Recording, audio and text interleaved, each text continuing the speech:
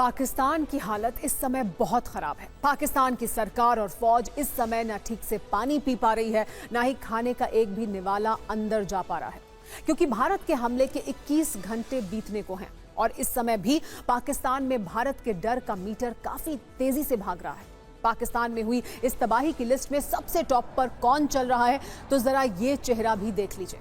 पुलवामा का गुनहगार, भारत की संसद पर हमले का मास्टरमाइंड, उरी आतंकी हमले का ऑर्डर देने वाला आतंकी मसूद अजहर, जैश का सरगना, जिसका दिल भारत के ऑपरेशन सिंदूर से इस समय भी जोर जोर से धड़क रहा है।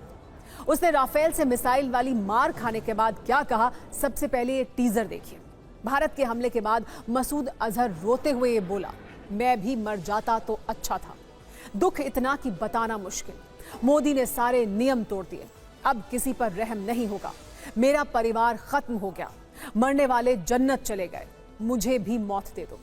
सोचिए, भारत में न जाने कितने बेगुनाहों के खून से हाथ रंगने वाला ये दुर्दांत आतंकी कैसे मौत की भीख मांगने लगा, कैसे वो गिड़गिड़ा कर बोला कि भारत अब मुझे भी मार दे। उसका ये ख्वाब भी जल्द पूरा होगा, लेकिन मसूद अजहर इस तरह से क्यों बिलख पड़ा? गर्व करने वाली ये पूरी जानकारी भी आप सुन लीजिए।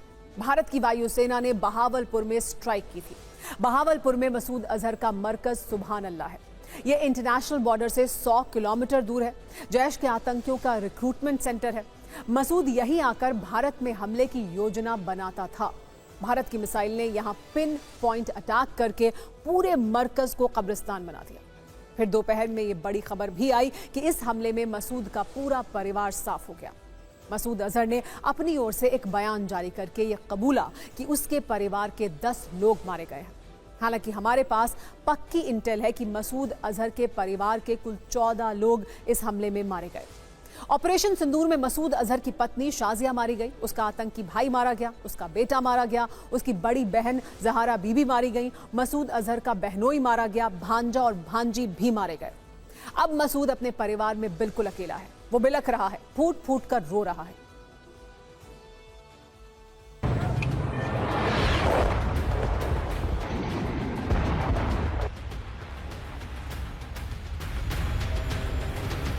मरकज सुभान अल्लाह, भावलपुर, ये इंटरनेशनल बाउंड्री से 100 किलोमीटर दूर है। जैश ए मोहम्मद का मुख्यालय था। शीर्ष आतंकी अक्सर यहां आते थे।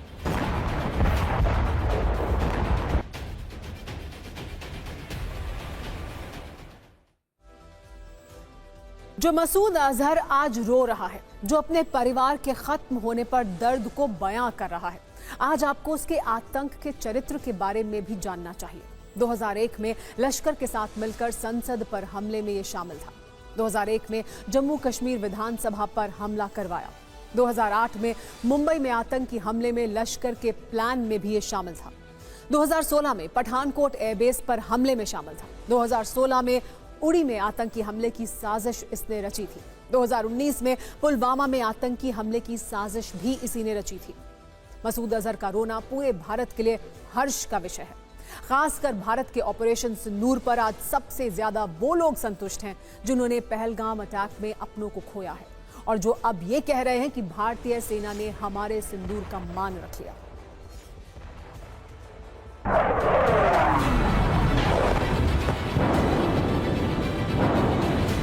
तरीके से उन्होंने आतंकवादियों के एक जगह को टारगेट करके उनकी जगह ख़त्म करी है, ये बिल्कुल आतंकवाद पे हमला है।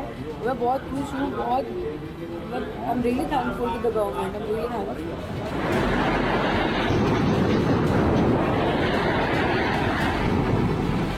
नौ ठिकानों पर आज जो एक कड़ा प्रहार किया है, इसको वो सदैव उनके जहन में गूंजता रहेगा ये, और वो ऐसा करने की कायरतापूर्ण काम करने की, ऐसी हरकतें करने की भविष्य में सोचने से पहले 100 बार सोचेंगे।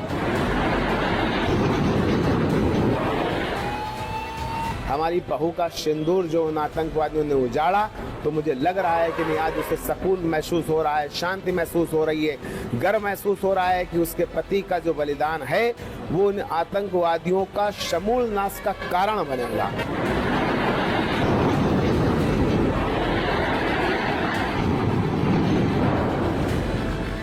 जो लॉस हमारे फैमिली में हुआ है और बाकी जो 25 फैमिलीज में भी हुआ है, तो इसका एक जवाब देना बहुत ज़रूरी था।